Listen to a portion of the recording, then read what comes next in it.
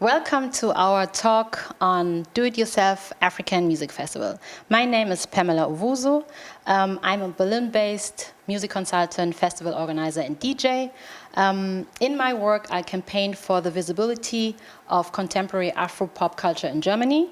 As a music consultant, I have worked for Universal Music's task force, Afroforce One, which signs African artists for the European market and promotes it here. My community platform, AfroX Pop, is all about contemporary Afro-pop culture in Germany, Afro-German artists who are living here. My future goals is to build bridges between artists on the continent and Germany, or the European continent. I'm also a jury member of Music Board Berlin, Artist Program and Artist and Residency Program. Diversity, artist building is at the heart of my work. I have three amazing guests. On the left is Jumoke, on the right is Elena, and also on the right is Wale. Yeah. For a long time, international music festivals have had ignored emergent African artists and the music scene on their booking radar. It was just in 2018 that Coachella invited Wizkid to perform at their international festival. Following the year, Burna Boy and Mr. Easy was invited. But much before that, there was already a do-it-yourself culture existing on the continent and also in the African diaspora. There were already successfully popping up different festivals around African music. 2016, the first festival started, which is called One Africa Music Fest. Then other festivals followed, for example, as we could see, Coachella, Afro Nation, we have Gidi Culture Fest, we have Palm Wine Festival, and all these festivals were already existing. The timing of such event has been no coincidence.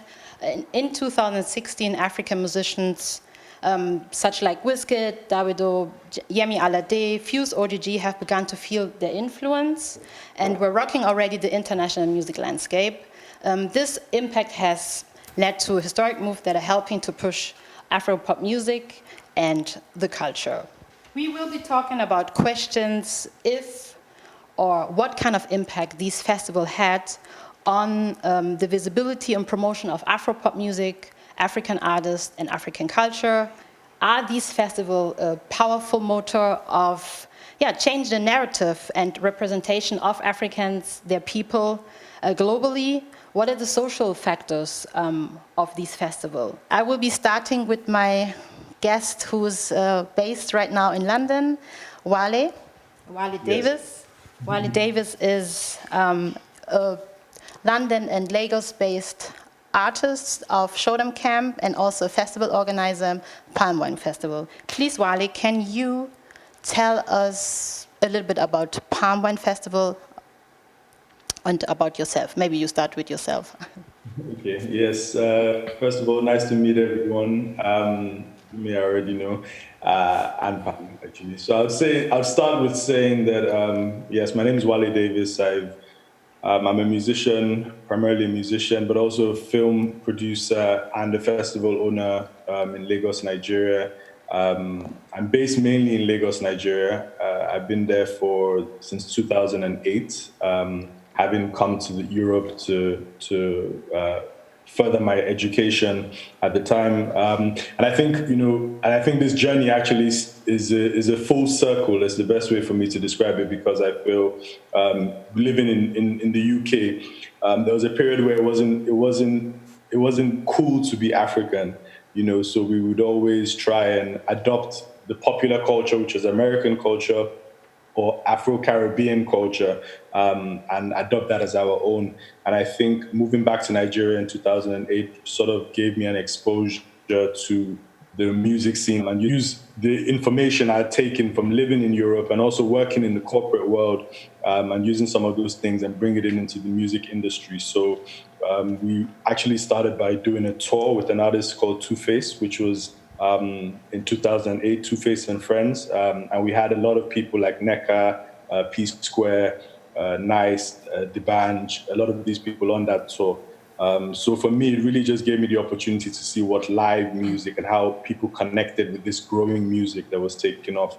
And then from there, we entered as musicians into that scene and developed over time until 2017, where we started the Palm Wine Music Festival. And I think that was just as a direct response to the fact that in Nigeria, so it was a very weird live scene at the time where most of the live events were held by corporate brands and organizations. And they were dictating, so basically they would just dictate the type of music, the artists that played, and also the length of time. So it didn't really give artists a chance to truly express their creativity and their live capabilities. So we directly created Palm Wine Music as a result of that, which was to allow people express themselves as musicians, not just come on stage and sing to a backing track for 10 minutes, So that was as a direct response. But to be honest, there's a few people who had started up similar things. There was Giddy Fest, which you mentioned, which was actually the first real festival, in this new generation of Nigerian music. There was Giddy Fest, and there was another event by Adeyanju that he Afropolitan Vibes. Afropolitan Vibes, yeah, which was a weekly event, celebrated also different pockets of music. So I have to give credit to those guys because they paved the way. And also an artist, Bez, who started like mostly the first artist-based festival.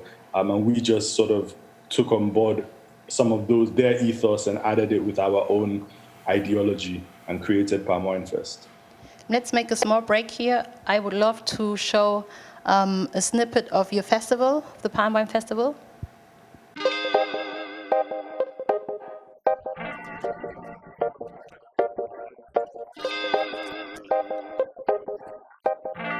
I love SDC, I swear to God, I love tech, I love Ghost. I saw Ghost at engineering sport and he was such a nice guy. I like their music, I like Fumbi. I want to see more of Palm Wine Music Fest. I want to see much more of SDC, I want to hear much more of them. I wish them the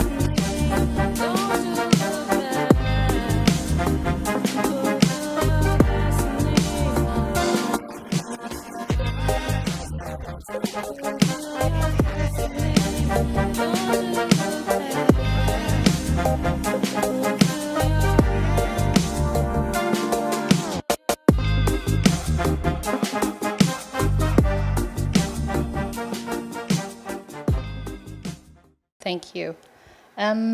Wale, can you take our audience on a small trip to Palm Wine Festival?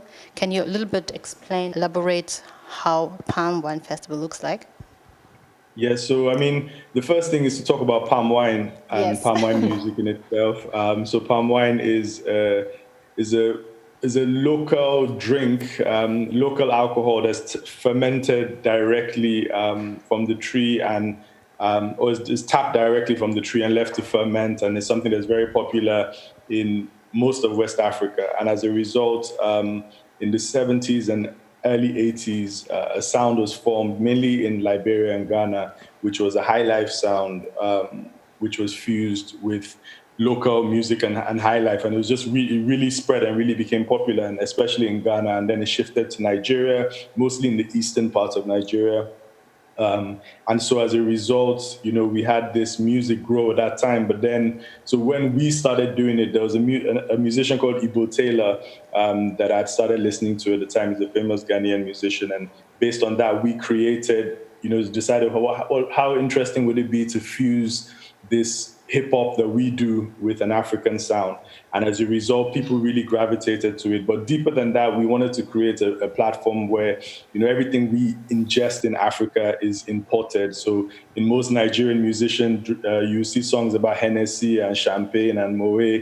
And I thought it would be great reverse engineering to promote something that is culturally ours and share that with the world.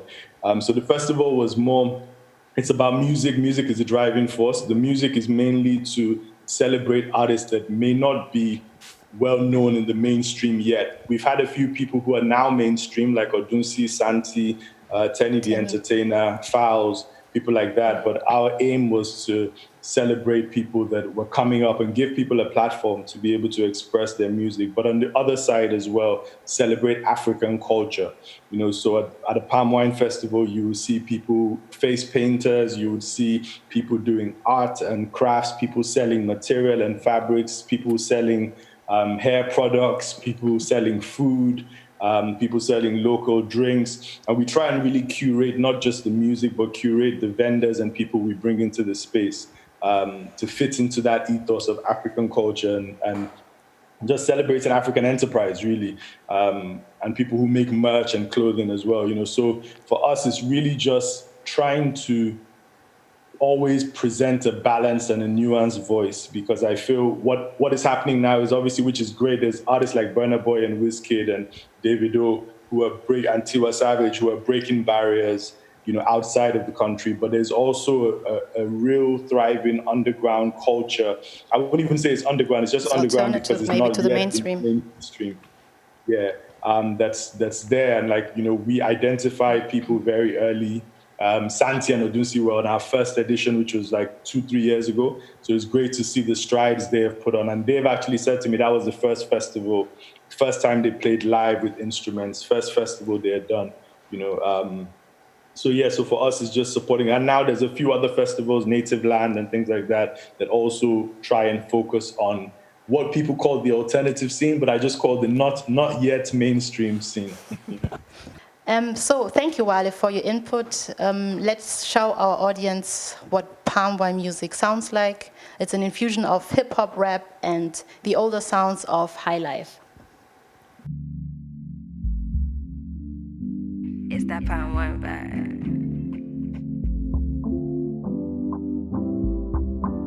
You're now rocking with the SDC, the Show Dem Camp from West Indies. That is Classic. Loud the bone,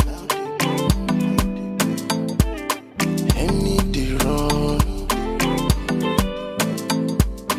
money for sure they enter, but only before popping again, guys are popping again.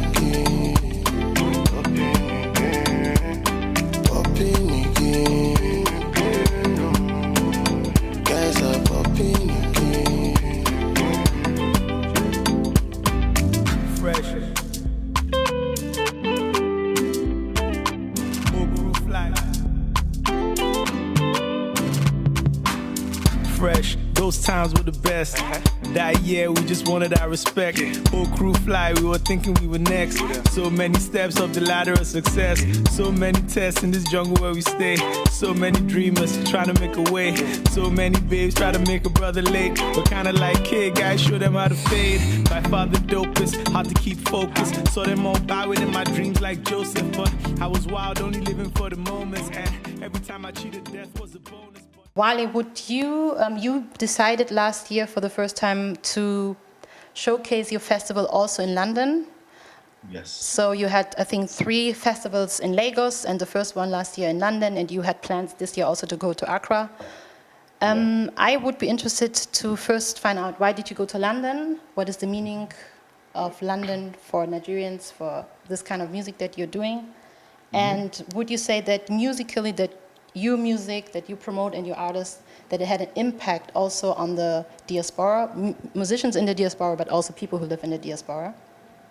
Yeah, so I think that, what has happened, I feel in general, what always happens with our festival is at least a quarter of the people who come to the festival. The first year we did about 3,000. Second year we did about 4,500.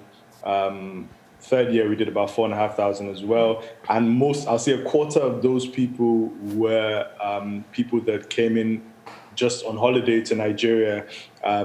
We find that, obviously with the internet now being a great way to distribute our music, as opposed to 2008 when I just moved back, I think that where we found that we have pockets of fan base in different regions. So this year, for example, we'd mapped out that we were going to do a festival in Accra, do one in New York, in Brooklyn, and do one in London. We booked all the venues for the festivals. It's an independent festival, so we're doing this ourselves. Like, we might partner with people on ground, but yeah, we're pretty much creating this ourselves. And then obviously COVID-19 hits, so none of that can happen as of this moment. I think that the reason why we identified London is just because we had noticed a huge support from London, from our music and the type of artists that we book for the festival. So it made sense, and we constantly get on social media, when is this coming to London? When is this coming to Accra? When is this coming to even Abuja, other cities in Nigeria? So for us, it was I would say it was an experiment. The first London show last year was an experiment. We booked a venue, Cargo, which does a capacity of about 750 to 800. But it was a great experiment because with about 10 days to go to the show, we had sold about 80% of our tickets. So we were like, okay, wow. And then the rest were just people who purchased on the day at the door. So we sold out the venue. And the response was amazing, which led us to think, okay, well, we need to now, each city is an experiment just to test it out. We don't go in fully heavy, expecting 4,000 people like Lagos. And then we build the model that way. So build it small, connect with the right people in city, find the right partners, and then begin to expand every year in each city with each update of the event. So that's the model we're working with. It also allows for partners and sponsors to come in as well and be a part of the show. But we're really looking at a community-based approach to building a festival. That's what really I wanted to touch on in my next question, but that's fine. Because you're artist, you're more than just, you're like family, what I could see in Lagos. Could you say something, the importance of community for your platform, for the music, for people on the ground? I think that community is what has kept us, one, as musicians, because when we moved to Nigeria, the type of music we were creating as Show Dem Camp was very to the left of center, and very quickly we realized that there's a community of people who like stuff that's to the left of center. And gradually it's been shifting it a little bit closer to the center in recent years, but I'll say the community kept us going as musicians when we were just starting out. And I also feel that in terms of the festival, because we've always just supported our ecosystem of artists, whether it's doing their own shows, whether it's features with upcoming artists, whether it's supporting them, plugging them to our network, whether radio, TV, people at DSPs. We've always gotten that love back. So the first few versions of the festival, we've been able to book all of these artists purely by their support and goodwill. So that means that all these artists like Santi, Odunsi, Tenny, all of them, they didn't charge us a fee to perform at Palm Wine Festival, which is pretty much unheard of in terms of festivals. So that's really, again, testament to the community and support system we've built. What we then do is, when we arranged the London show, we paid for a bunch of artists to come over to London.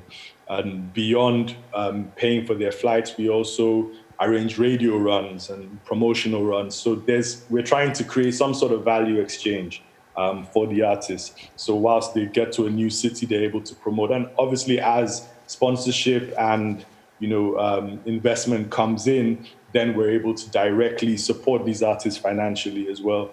But then on the flip side, it also means that we're constantly doing shows for artists for free. We're constantly, returning the favor as well in any way we can.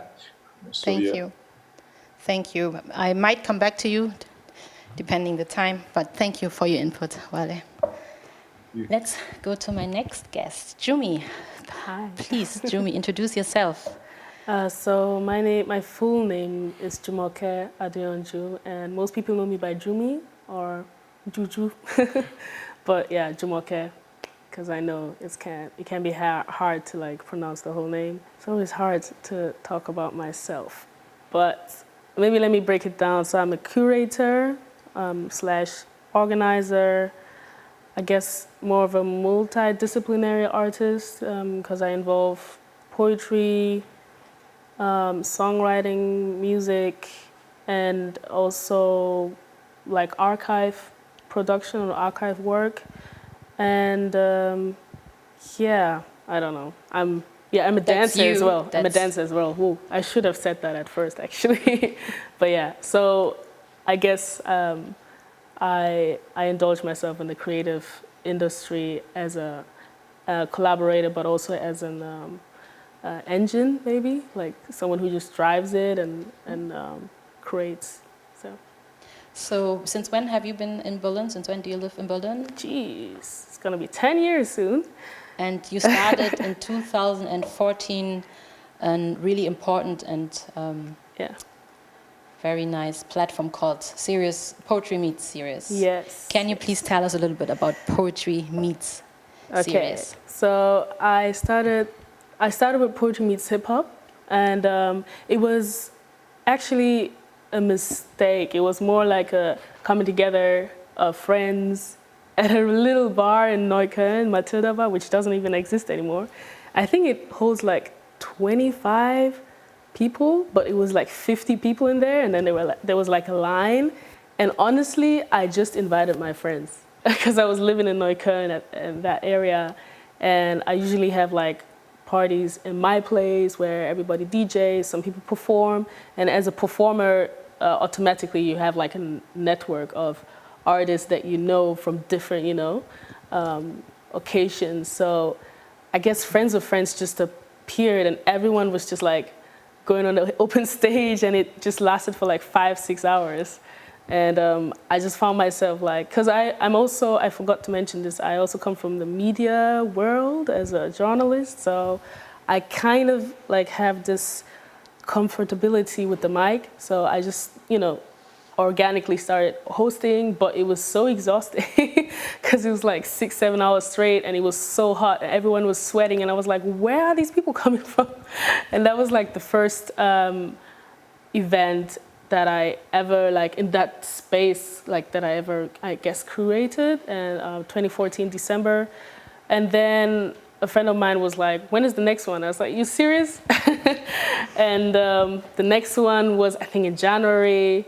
I didn't even plan for it to like last till now, to be honest. And it just grew and grew and grew. And now it's like, I guess 300 people. I think the most was like 400, but then, yeah.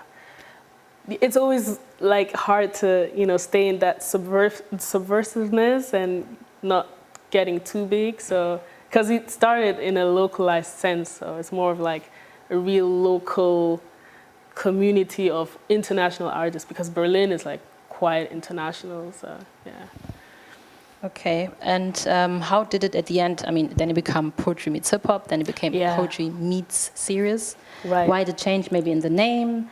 And tell us what kind of artists do you have on stage? What are you promoting? Tell me about your community. Right. So it started with Poetry Meets Hip Hop because I'm a hip hop girl. But I also love and appreciate like other forms of music genres that are incorporated in hip hop as well. Soul, jazz, music. And I think the component of poetry is so it's very feasible, and you can just like put poetry into anything. House music is full of poetry, It's like it's music by itself, like determining of what kind of a voice pocket you have and how you rhyme, and I mean rap and poetry, that's rap. So I just decided to give the platform different colors in terms of genres, just so people who are singer-songwriters or more like even people who are just like starting off, who just like guitarists, like different instrumentalists from different kind of genres. We had a rock, like a rock instrumentalist, like e-guitarist, and then he just switched it up to soul. And I think that's when I was like, oh, maybe I should do like a Poetry Meets Soul thing, poetry meets jazz, we had poetry meets theater. So it's a very like flexible thing because it's not, you know, bound to any, I guess, conceptual, institutionalized thing. Because I'm like, I'm very flexible, so I guess that's like how. And what makes what makes poetry meets different from other poetry events? I mean, why did you feel the need to create this platform? Talking about identity, talking about culture, so diversity. At the beginning, I honestly, because the network that I have is quite politicized in the way that people are very like conscious about what they put out. So it's not just about entertainment; it's about like, you know, like just like very. I mean, we live in a racist capitalist system, so it's like very touching on that. So a lot of times it has this edutainment character thing. And Poetry Meets started off with like me just saying, anybody who has something to say but is not transphobic, homophobic, and racist and an asshole, you're welcome. And honestly, like mostly it's brown and black people who actually have something to say, you know, and they're the ones whose voices are not really being heard. And it just gradually, I just decided to have it, like have a stage only for black and brown people, for POC, people of color. And, but yeah, not only from Berlin, but also like outside. We had Jugend Black Rock from South Africa. We had Elon Vance from Togo. We had Show Dem Camp. So it's more of like the diaspora touching base with their origin as well. But also just like making the world known of the times that we are in.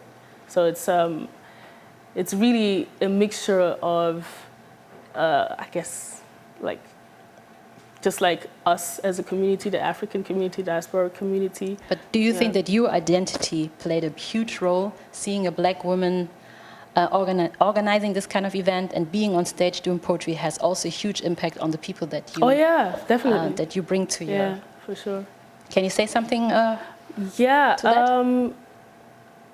A lot of people said to me like after the event, they were like, I've never seen so many black people in one room. And that's really weird for me because I come from like the western part of Germany and like there's a lot of black people, you know, I'm always around African people. That's like, I'm very used to that. But then moving to Berlin, I just found out this place is super white. But like, people still think that it's so diverse, you know? So for the black people, they know that, okay, this place can be very tense and can be very like wide and pretentious. So Poetry Meets was like almost like this safe space or safe haven. They were like, what? Last time I saw so many people was at church.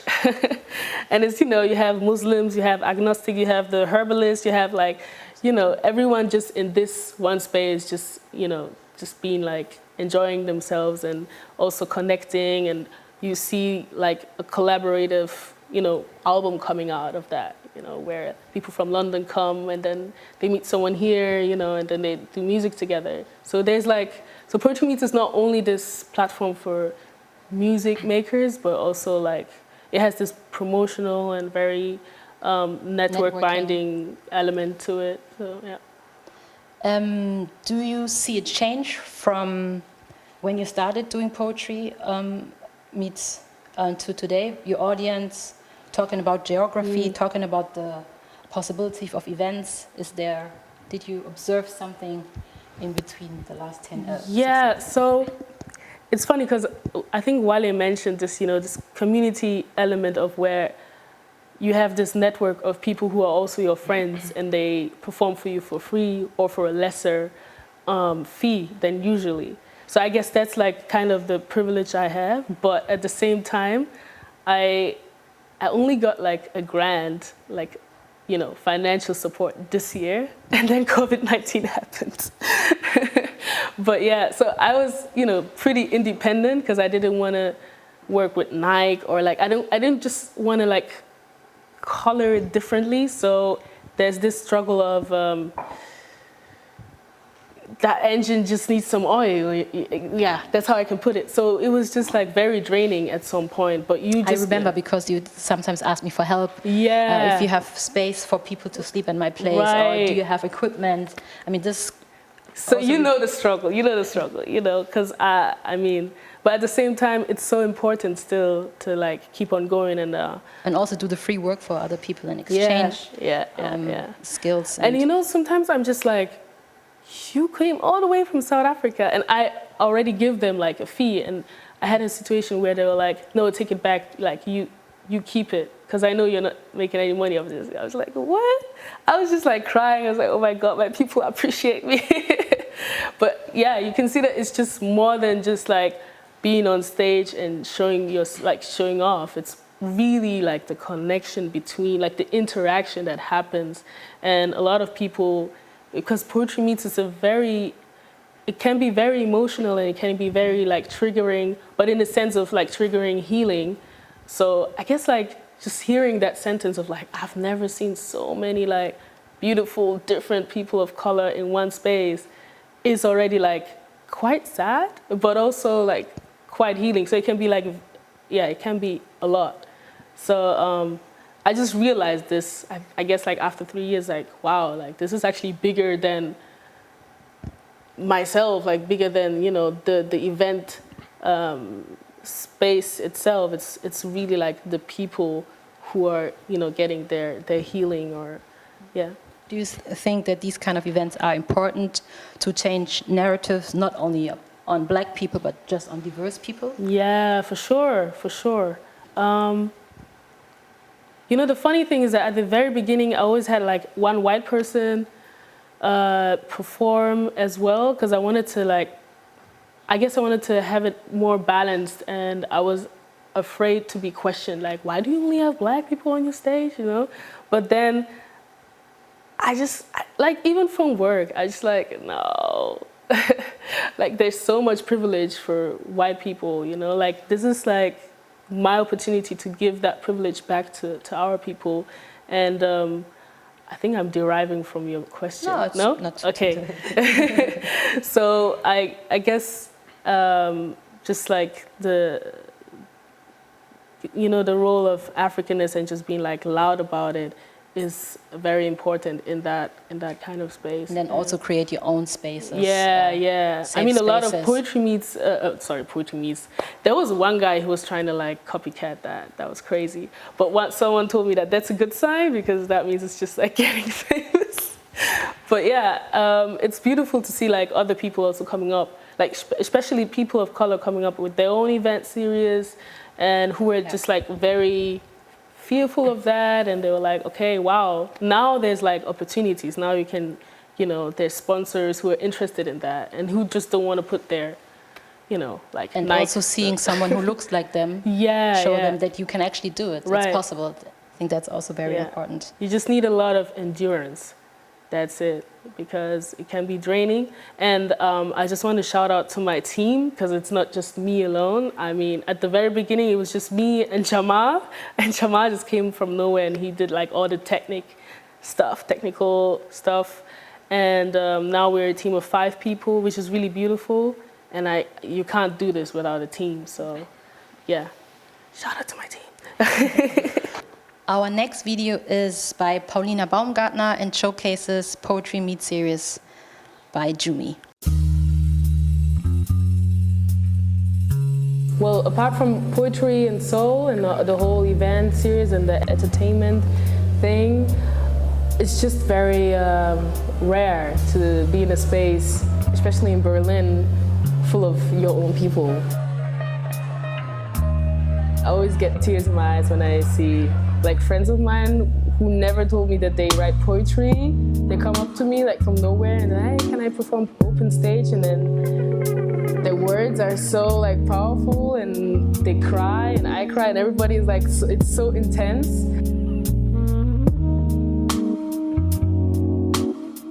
I think the bigger purpose of all of this is just to come in terms of ourselves, to love ourselves, to put yourself out there and just be like worth of of yourself, of your own being, because we've been like so degraded in our existence that we just like, you know, we make ourselves smaller, we cringe.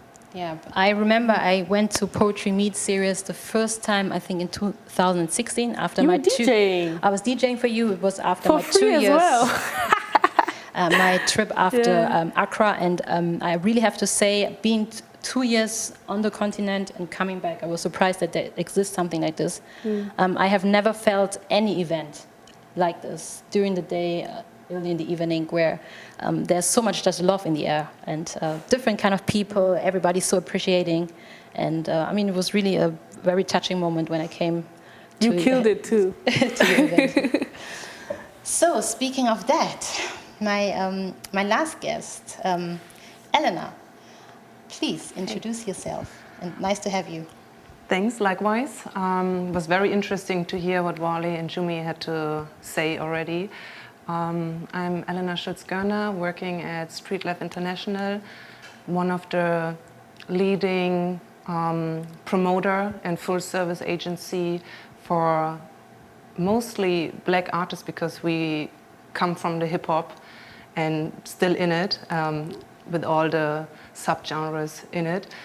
Yeah, technically I'm the senior manager. What I do is I take care of all productions, so all concerts, festivals, whatever we do, corporate events, with my team, and also doing the booking part at Street Life. Plus, like, this is my work at Street Life, and on top of this I also have my own projects I'm creating. Thank you. I invited you for like a specific purpose, of course. I thought your enterprise and the concert and events that you did last year, the Burna concert, and 2 years ago in 2018, you organized the Hype Festival in Oberhausen. I think you represent kind of a shift in where back in the days and still by today, Africans bringing African artists to Europe, into the diaspora. That's why, I mean, I also choose this topic. We were for a long time not on the booking radar, so we took ourselves over. But then I looked into Germany and I was thinking if there are any example where actually a German-based company who has no roots in Africa or no real roots in the African pop scene does concerts with major African artists. And then Street Life came up. I think you were, I'm not 100% sure, but I think you're the only one who ever brought in 2018, or the first one, who had a stage full of big, major African artists at your festival. And even back then, I was surprised how a company like Street Life has now put their eyes on African music. And then, I mean, last year with the Burna concert, then you killed it anyways. But I wanted to find out who at Street Life came up with the idea. How did this idea came to life, and why did you look into Africa? Why did you bring African artists? Maybe you can give us a small idea of how this all came into life. Yeah, like, I mean, Street Life is now 10 years old this year, and it started with the CEO who has African roots, bringing artists like Backstreet, mostly like US artists, R&B artists. We created brands. We were always very, like, of course we are selling entertainment, and a long-lasting entertainment, and we want to show new music, new artists, not only building a bridge, but also having a stage for all these artists. For new upcoming artists. Yeah, kind of. I promote a lot of great artists from the States, like Erykah Badu, Miss Lauryn Hill, and those are living legends, all with the African roots, of course, and I always listen to hip-hop, so of course, without Africa, we wouldn't have hip-hop. And we have to we shouldn't forget this, I would say, and working with artists with African roots, then when was it, 2015 or 2016, MHD came up. I mean, he's the MHD concert? Yeah, the first two tours was ours, and this was for Europe, I think, a breakthrough for Afrobeats and the whole music to put it on the radar. Back then, I saw this wave coming, and I knew this music is... So it was you? I didn't found the company, so they started it already, and everything else is a process, like try and error. You try something out, and we created brands, and I was more and more getting into the African music, Afrobeats, from Fela Kuti, etc., and see the influence in all the US artists are basically using what Africa provided us. They get the credits. All the young kids in Germany or maybe Europe look at the States to see what's the new hype, but I want to show them the other side, to look at Africa first.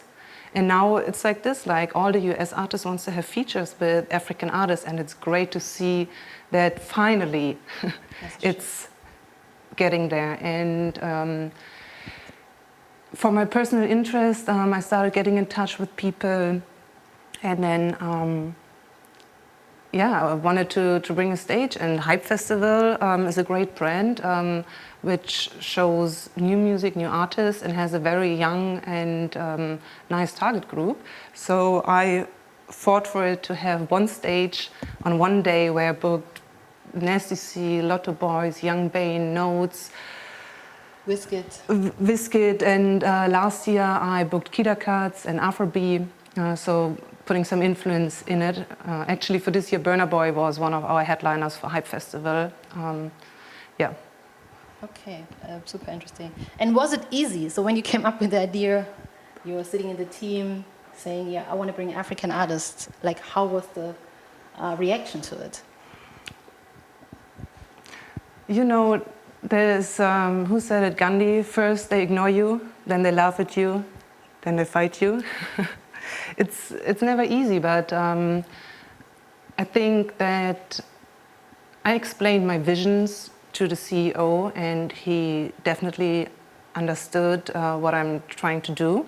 And I see myself as extending the company with a new department, focusing on African artists in Europe, in Germany. I mean, we operate mostly in Germany, but also do shows in Austria, Switzerland, sometimes even Spain or Italy. So, yeah. How do you in general see the potential of Afropop music in Germany or Europe? And how do you see the role of organizers, festivals, to promote that, the culture or artists and the music?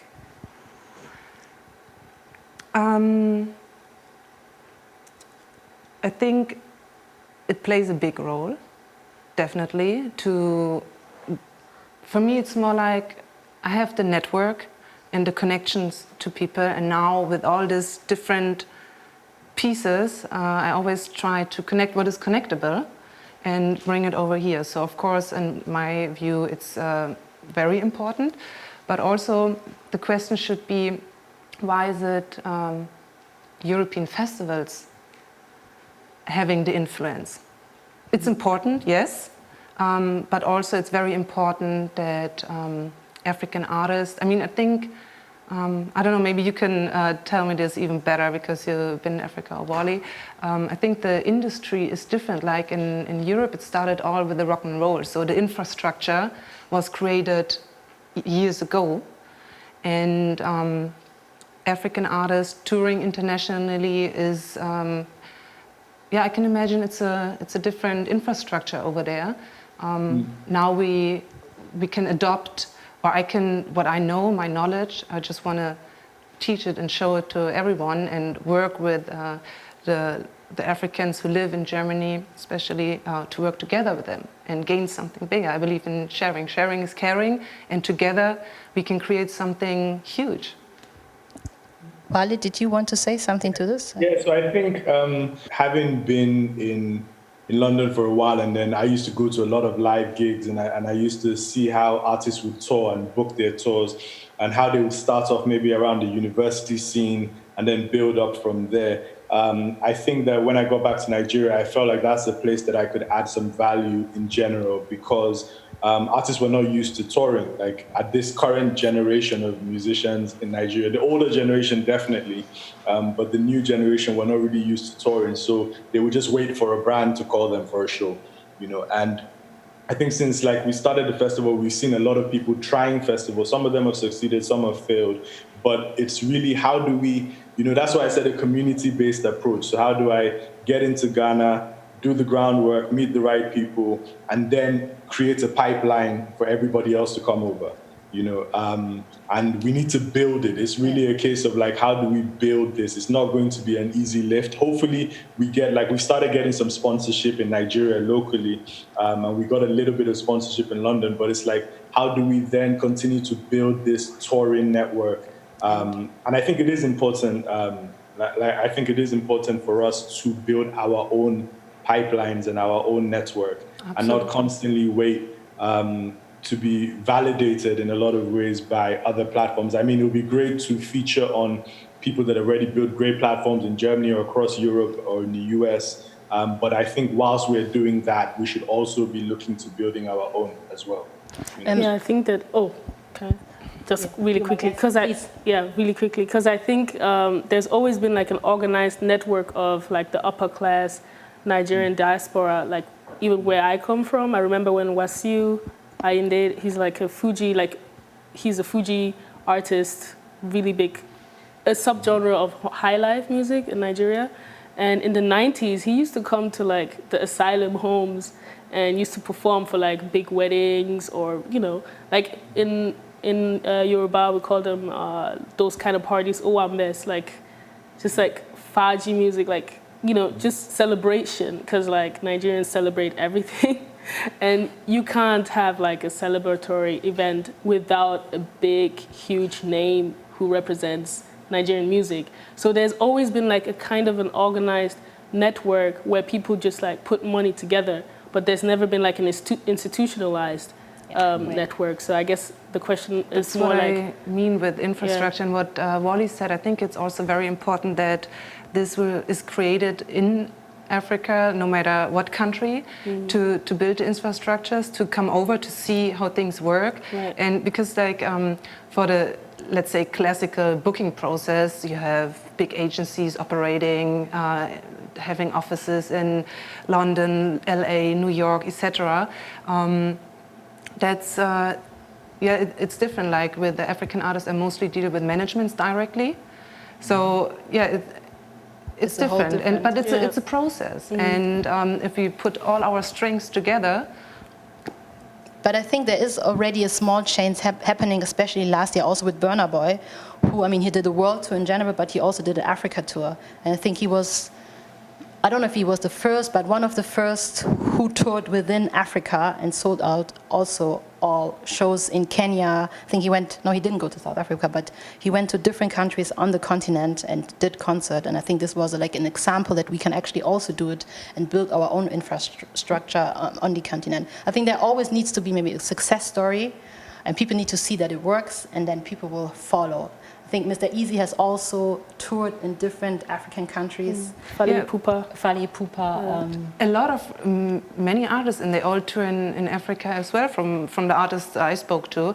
But it's more, you don't see like the overall picture. It's like doing things independently. A friend writes, hey, we have this event doing, and it's a little bit different with the classical booking procedure I'm used to. So that's even why we have to get into it, why I want to use my network and all the experience I collected to do something with it and use my skills, my voice to present something and to create something. But Wale, you want to say something, but I would so I just wanted to say, like, so I think the fundamental difference a lot of times is that for an African artist, most of their tours are really just like separate bookings that they have, and then they just list that as like a world tour, whereas it's different from some artists who the production elements, so maybe like a Chris Brown, for example, would partner with Live Nation and actually set up,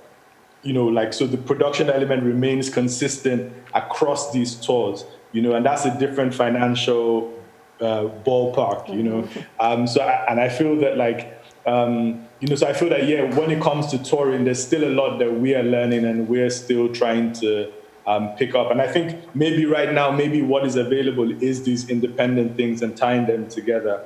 But then also trying to look at how we build our own tours and how we raise the funding and financing for that. Yes, I would shortly be. I want to show Elena's video of the Burna Boy tour. I think it really catches the amazingness and the hype of everybody who was there in Berlin.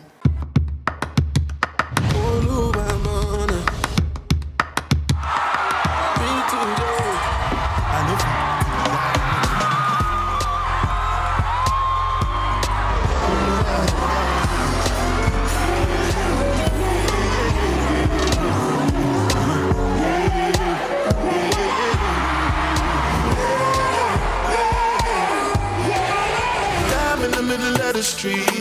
How did I ever let you leave? Oh no, why did I drink this Hennessy? My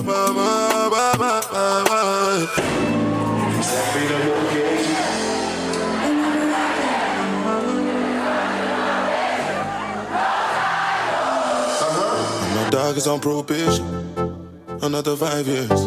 And bring girls to his location. Nigga, I was down, but I made it to the top right now. Right, can you maybe just shortly say how this came to life, into existence? And then you did 3 shows. I don't know if sold out. I mean, it was packed. And this was the first time that a big African artist who was booked by you filled, what was the capacity? I mean, it's almost arenas, like half arenas. That you sold out shows in Germany. 3,500 people per show. Yeah, I mean, how did this happen? I mean, first time I tried to bring Burna Boy was in 2015. So I'm working on it for a long time and observing the markets, the artists, and of course social media is a great platform to spread it to the world. And Burna Boy got signed to a major agency and we were discussing a show and I was like, let's start with Berlin, because I think it's, of course, Hamburg is a strong market too, the Cologne area is strong too, but Berlin is also my home. And I played it at Columbia Hall, 3,500 capacity, confirmed it 4 weeks before of the date, had 2 weeks to sell the tickets. Wow. And what I mentioned in the beginning, everyone was like, are you crazy? And I was like, no, trust me, it's gonna be sold out. Then we went ahead with the show and we sold out in, 10 days. We were fully sold out. And of course, this was a great success after trying so many years, having small shows, like you guys mentioned Odunsi earlier. I booked him 2 years ago. And I was trying to see how the people react on certain artists, because I always thought that the people are way beyond, and but you have to try to have a success. And this was finally after years having the breakthrough with African artists in Germany. Yeah, and then at the same night of the Berlin show, we decided to do 2 more shows, 2 weeks ahead again. And I was not saying 1 more, no, let's do 2 more. And we sold them out in 2 weeks. And it was a great thing, one of the greatest experiences for me so far, and also Burna and his whole team is amazing. They're really good people. Do you have future plans, bringing other African artists, doing a festival with African artists? What can we expect from you, from Street Life? Is there anything that you might want to tell us or not? You can expect a lot. What people see is only the top of the iceberg. I mean, right now I have some Soul shows on sale, working on a lot of artists, but most things are under the water, the part of the iceberg. There will be a lot of projects, and I'm planning, as I said earlier, want to have like a department or a brand which is only focused on the African artists and music and cultures, of course. Music is a part of the cultures, and extending it. And the success with certain artists I had here already. This process brought me to the point to do an African music festival. It's going to be called Afrobeats Festival, taking place in Berlin next year. Thanks to Corona, I have more time to do it better in 21 instead of 2020. But I'm taking this as a chance, and with the right perspective on the whole general situation, let's focus on next year and do it bigger and better. Plus many more tours coming up. And Burna Boy again. And Burna Boy again. And now my question came back. Actually, I would love to know if you have ever heard any critics in regard to you are not having African roots, that you are bringing African artists. I don't know if that is something that is happening in Berlin. Maybe there are people who have been bringing African artists, are from the African diaspora, and don't know, did you had any like kind of throwback or shading? Not directly in my face. I don't know what people think. That's something I can't control. But I could say I'm doing this because my partner, life partner and business partner for the African projects is black. My future kids will be black. So of course there's, I spend a lot of time to educate myself, which is very important because you don't learn this in school. And for me it's more, I see myself first of all as a human, and I can do something, and I just want to put my skills on top of something. I'm not saying I'm doing it alone. I hope to have a big team to bring my visions to life, of course, and I'm always inspired by a lot of black people, but never heard any critics so far. Is there anything else that you would like to add, something that you have in your mind, what you didn't say yet? Yeah, I think two things really. I think the first one is that, I guess having the privilege of being in Nigeria, I know that this moment that is happening is actually the beginning, like was mentioned, the underwater part of the iceberg. I feel that, it's not a trend, it's not a fad, it's not something that is going to disappear, because I'm privileged to see so many new, talented, amazing artists coming. I work with an amazing artist, Thames, who I know the future and the roadmap for that artist, and so many other super amazing talents that are coming up. And for me, I think it's been a privilege to be able to play a part in guiding some of these artists. And I also think that it's important as well as we continue to build out, I think for us as Palm Wine Fest, as we continue to build out, I think that it is important to continue to engage and build communities and tap into other communities in other places, because I feel a lot of people have done great work. I think a lot of people have done a lot of great work. And so for us, I'll just use this platform to say, we're fully open to building with people who have the same sort of ideologies, the same sort of mindset, and really just want to promote and not exploit, this culture and this movement. I think that it's important for there to be a continued transference of skills, because there's a lot of best practice, especially around the live side and the festival side. There's a lot of best practice in Europe, in the US, that we need to learn from. I'm constantly teaching artists as well in Nigeria not to be late for things, and and even just little things, just in terms of their musicality as well. There's a lot for us to continue to learn, and we're open to learning from the right partners. We're open to teaching our own knowledge that we've learned and transferring that to the right partners as well. So so definitely. I think the future is definitely bright, and we're really just getting started. I totally agree to what Wale just said. It's not a short period, because it all came from African music and Afrobeats, and finally it gets the notification it deserves.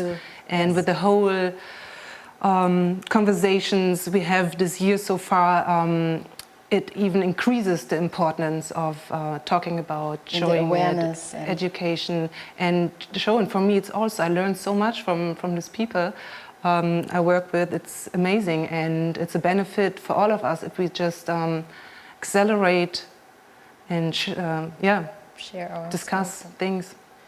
I just wanted to say that, like, because we're speaking about African music, so it's not just Afrobeats or Afrobeat. Like, there's hip hop artists, you know, there's rock artists, there's soul artists. There are, you know, there are new genres out there. Like, there's a whole new, like, new little movements, not only in West Africa or Nigeria, because it's like easily always taking the space. As a Nigerian, as a Nigerian, I'm saying this, but I think like even bongo flavor, you know, is still not being seen. Bongo flavor is in East Africa, Tanzania, Kenya, and then, you know, like I feel like South Africa and Nigeria has become like this representatives of Africa. But like if we're really interested in pushing African musicians and bringing them here, then we shouldn't only concentrate on the ones that are in the mainstream, but like really look at the subversiveness and I guess like diversity of musicians on the continent. So I guess like there's still like, you know, just this little danger of it being a trend when we only concentrate on two countries or like the dominant the loudest genres. Yeah, the loudest people. Yeah. Yes. So just to jump in on that one last thing, I think that's absolutely right. And also as well, like, so what we're doing is really like within the continent. So obviously this conversation we're speaking in the context of outside Africa. Within the continent, we're currently building, you know, a Pan-African platform for music, both on the record side, on the publishing side, and also on the live side as well. With Fatherland. So we have partners currently in South Africa, in Kenya, in Ghana, and in Nigeria, but also looking eventually as well to get into Francophone Africa. And I think with Palm Wine Fest, one of the things we've tried to champion is this different, I think the word used submersive, like this different pockets of music, because I think there's so many talented pockets of music coming up for sure. You know, we try and anchor it with like, you know, a model maybe in London or in the US would be to anchor it with a commercial star that would bring everyone in. But when you're there, I want people to leave with, wow, I just heard this person and it's fantastic. I just heard this other person is fantastic. And so growing a fan base organically. So I think the real like struggle is just like how to get the monetization of that, you know, because like... I wish we could have gone to that. That would have been my next question, but we cannot do it now. So we have to come to an end. Thank you very much. Thank you very much for your last word, Elena, Wale, and Jumi. We will continue this discussion on different grounds. And thank you for your time. I hope the audience could take something from our discussion, from our tellings. And enjoy, have a good day, and see you next time. Thank you. Thank you. And thank you, Music Board Pop-Kultur Festival, for having us.